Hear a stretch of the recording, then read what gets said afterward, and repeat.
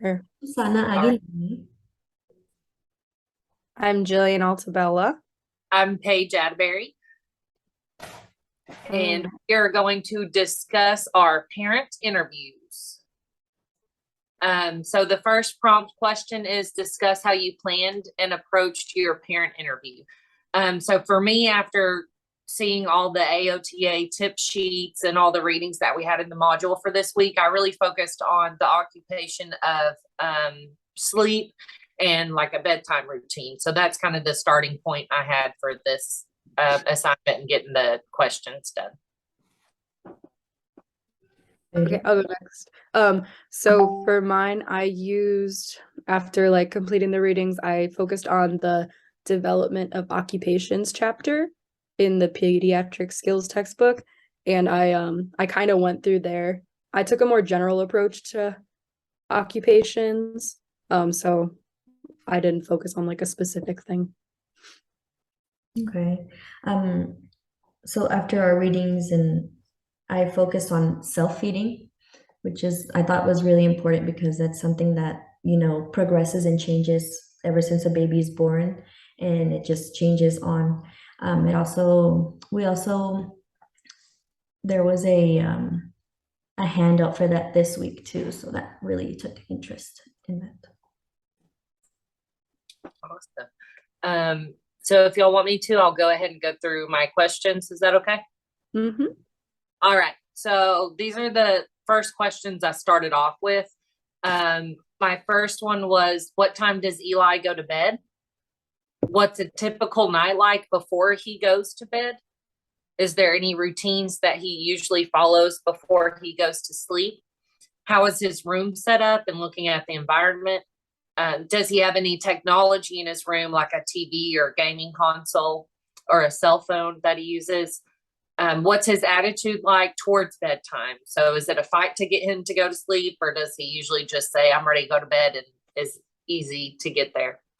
Can you describe his diet? So what typical dinner time look like, and what does he like to drink with dinner? And what time does dinner usually take place? Just because the sugar content and all that can have a big effect on his bedtime. So seeing the time frame in between the two. Is he a pretty hard sleeper, or does he get up all the time in the middle of the night? So that's where I started off with the interview. Those are really That's good questions. crazy Those how are really much good questions detail. because they all determine like how fast the child goes to sleep. Is he sleepy or not? Even screen time can make you take longer to actually fall asleep. Mhm. So those are really good questions. Thank you. Jill? Okay. No, I agree. Those were great questions. It's crazy how much detail you Mhm. can you can have with just like one occupation. Mhm. Okay. So my questions, like I said, I took a general approach. So, when did your child hit their big milestones, like sitting alone, crawling, and walking? Um, how does your child communicate with you, both verbally and non-verbally? Have you noticed your child having issues with bumping into objects around the house, or have they shown poor coordination to do or anything to do with not seeing objects? Have you noticed any issues with hearing, or have there been frequent ear infections? And then tell me what your routine looks like around eating. Tell me what your routine looks like around hygiene. Tell me what your routine around bathing looks like. And then tell me what your routine around bedtime looks like. And then I asked, can your child dress themselves in any way yet? Um, and what does play look like? And do they play with other children? I like those questions too because whenever you say, tell me about this, that doesn't just give you like a yes or no answer. It actually makes them elaborate. Yeah. And that's a lot of well-rounded view of the kid too. There's a lot of different things that you can get from all those questions. So that's awesome. Yes, there was a lot. So So for mine, I focused on self-feeding. The child that was interviewed for was 5 years old. So that's, I started with that because it has a lot to do with, when they're newborn, if your child's like sucking or if they're able to hold a spoon. So I started with how old is your child? Does your child feed I'm sorry, do you feed your child or does your child feed themselves? Can she hold a spoon or a fork to self-feed? Can she swallow all textures and consistencies of food? If not, what are the that she has? Does your child use a sippy cup or does she use an open cup? When did she stop using a sippy cup? How does she grasp a cup when she goes for a drink? Does she spill it? Do you still cut up her food to make it easier for her to chew? When did you stop cutting up her food? Does your child sit still while eating? Does your child converse with others while having a meal and who they talk to? Does your child show signs of choking while eating? Things like that to make sure that they can actually do the process. Nice. I think you really did a really good job of like lining up, like we kind of talked about it this week in that handout that you were referencing, how motor skills develop along with feeding skills, like how you're talking about being able to sit in their own seat and like shifting and stuff like that is super important for eating. So I like that. Those questions were really targeted for that occupation too. That was awesome to get a really good idea of what self-feeding looks like. Those were really good specific questions. Thank you. And how old, I didn't even think about. Like, I know I asked that, but I didn't even think about putting it on the list of questions. Mhm. So I think me and Jill had some similar questions with the bedtime routine. So I think we had a couple of overlapping questions with that. I think like an overarching theme was definitely that our questions were asking really simple questions, but you could see how they were definitely pointing, a lot of them were pointing at specifically like the motor skills that you would expect to see at different ages.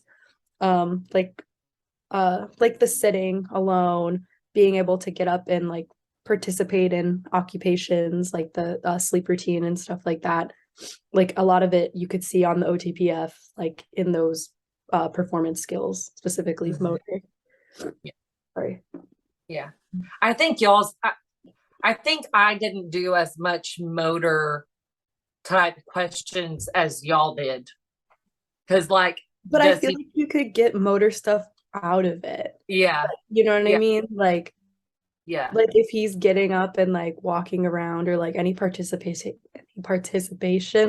in the sleep is like showing. Yeah, some like form the sleep of- routine, like what he does before, like does he go and brush his teeth? Does he floss? Can he put on his Yeah. pajamas for himself? All of that is like grass, pull, Yeah. Yeah, for sure. Get- Did you need to change or add any questions?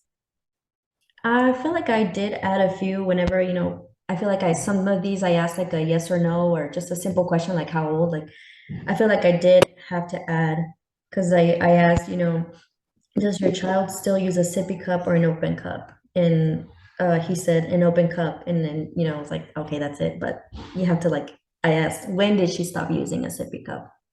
Hmm. Yeah, I definitely noticed I had to too. Like a specific one that sorry, my dog. A specific one that I noticed was when I asked the parent what play looked like for her son. I forgot to say he's 19 months old.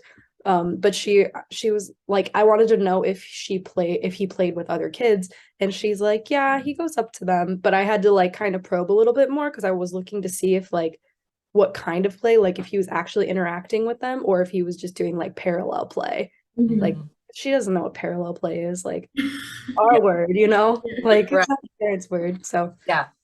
stuff like that. And for me, it was like, I used those questions as a framework to guide the questioning, but then I would go more conversational and be like, okay, well, you just mentioned this, which made me think about this. So what about this question or this occupation or this part of the bedtime routine instead? So instead of it being like the evaluations where it's like you scripted, you can't go off the script, I think these interview questions were more of a framework and a scaffold to then build off of. So I definitely added questions in there for sure. All right. Do you feel like you got a good picture of the child's occupational history? I feel like I could have probably done better. Like it was my first time, honestly. Like I feel like there's definitely things I was missing. Um, like later on I was reflecting and I was like, oh, I wish I would have asked like about when he's playing with objects, like, do you notice like how he grabs them so I could get more stuff. And then I was also thinking there was like this one part where she was telling me he likes to play with kitchen utensils. And I wish I would have asked like, did you find him like using them how you would use them in the kitchen to kind of look for mimicking and like also what the performance skill uses, like just to see like where he was at that like in that aspect. Yeah. I think I got a good idea of the nighttime routine of the kid, but I don't know as far as like the full occupational profile. I don't know if I necessarily got, like, I could probably fill in quite a bit of it with the answers for my questions, but I just don't know how much I was supposed to get from these questions. Like, is it supposed to be more just around the nighttime routine, or was it supposed to be for the full occupational profile? So that's where I was kind of like, I understand completely what his nighttime looks like now, but does that mean that I know his occupational history? Mhm. I think now looking at, how you were saying, Jill, that you could have just asked maybe a little different questions, like go a little bit deeper. I feel like my questions were a little bit too just simple. I think I know I get a good picture only because I know like I have two kids, so it goes with what I've experienced, but I feel like I could have done a little bit more. But it's interesting though, because I don't know, seeing your guys' questions, like you were able to create those 10 basic questions about like one part of a child's life, you know? Yeah. Like I had these like overarching questions, and I can't even imagine filling out like a whole entire form, like dissecting each occupation like Mhm. that or area of occupation like that. There's just like so much detail. Right. Um, what else did you learn from this experience? Um, I would say that I learned that different parents, they make they prep their children in different ways. Like, for example, the person that I interviewed, when I asked him, when did you stop cutting up her food? He said, I stopped whenever she was 3 years old. Some people stop a little bit earlier, some people never do it. Some people keep doing it. Like I always, I keep doing it no matter how old they are, just because, the choking that can go on and stuff. But I feel, parents do it differently, which I think is great. I learned that I'm way more a better conversationalist in interviews than I am in real life. Because in real life, I'm so bad about interrupting because I just want to relate to a person. So I'm like, oh yeah, that happened to me too, blah, blah, blah, blah, blah. But in mhm. an interview, I was like an active listener. I didn't interrupt and all that. So if I could do that with every conversation, I would be a completely different experience. I actually really agree with that because like I didn't feel like in a normal conversation I might kind of like pick at something someone says. Like I'll be like if I have an opinion about it, I'll say something, but I was just finding myself like not I didn't even like care to have an opinion while she was talking. Um but something that I noticed or learned while I was wait, is that the question we're on? Yes. Yeah. Yeah. I was actually really surprised. There was like unfortunately a lot of like shame in like for her from her perspective. I was like I said, I was not judging at all, like no opinions, but she was like every time I would ask her something, she'd be like, "Is that normal?" And I was like she was like, "I just don't know if I'm like doing things right." And like I felt like I just was kind of surprised. I know that mom shame exists, but I'm not a mom, so I don't like I wasn't able to like specifically relate, but I just wasn't really expecting that because it felt more like a doctor interview, and I don't know.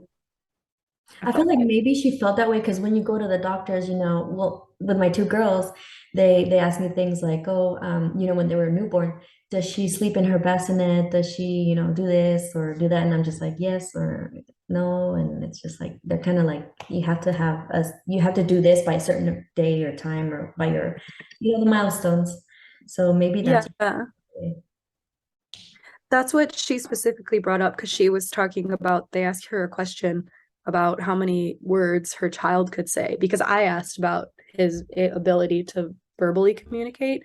And she said, like, the first time they asked if he could speak 5 words yet, she was like, no, but should I? Like, should he be able to? And like she said, she was just panicking. And I was like, oh, I feel like if you're asking this stuff, like that means you care. So you're doing a good job. Like, I was like, the doctor would tell you. What would you do differently? I would say for me, formulate deeper questions. Don't just ask like yes or no questions so that I don't just sit there and try to think about something.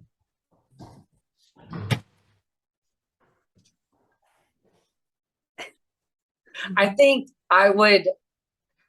my original list of questions were kind of all over the place. Like I started with, like, what time does he go to bed? What does that usually look like? Well, does he sleep all the way through the night? And then like I went back to, well, what does dinner time look like? Like I think I should have organized my list sequentially better before I asked the questions. That makes sense. I kind of felt that way too. Like mine were all over the place.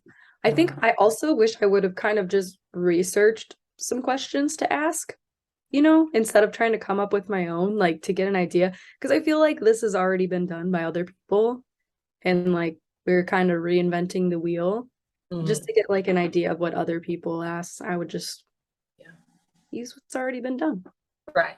But then you can still use that as like a launch pad to still kind of put in your own personality and your own conversation styles and stuff like that too. But it definitely is good to have that, like, okay, this is a example of a question that I can use in my own words to get the same response. So that's a good idea.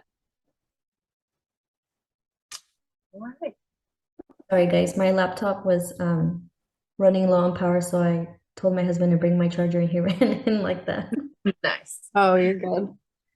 It was fine. It was very quick. Was that the last question? Yes, that was it. Do you guys want to give like feedback to each other? Like overall feedback, just end it. Yeah. Sure.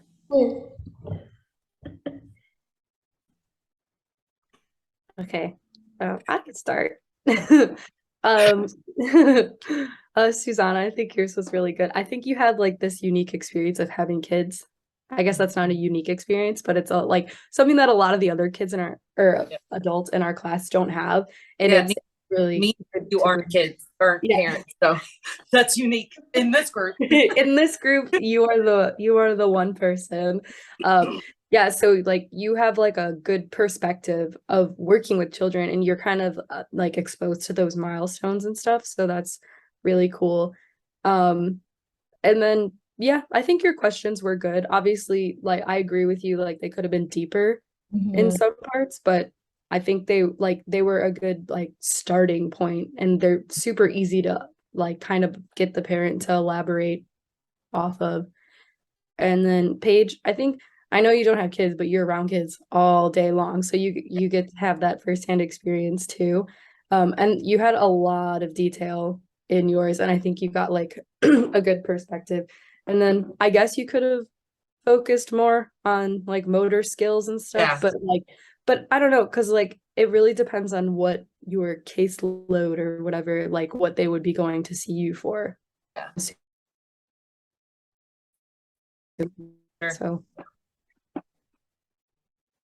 I think y'all did really good too. Jill, I like that your questions weren't just focused on one occupation, so you really got to know this child's, schedule. I don't know if you did from morning to night, but I think that was really good so that way you can get some perspectives and then match it to what we're learning in class and later down on the road in this class, you can say, okay, I know about that because I spoke to somebody, I interviewed this person and she told me that this happens and this happens. So you can kind of see like maybe it's matching or not, or maybe, this child is doing something differently, or maybe they should be doing something differently, kind of like that. So I think you did really good.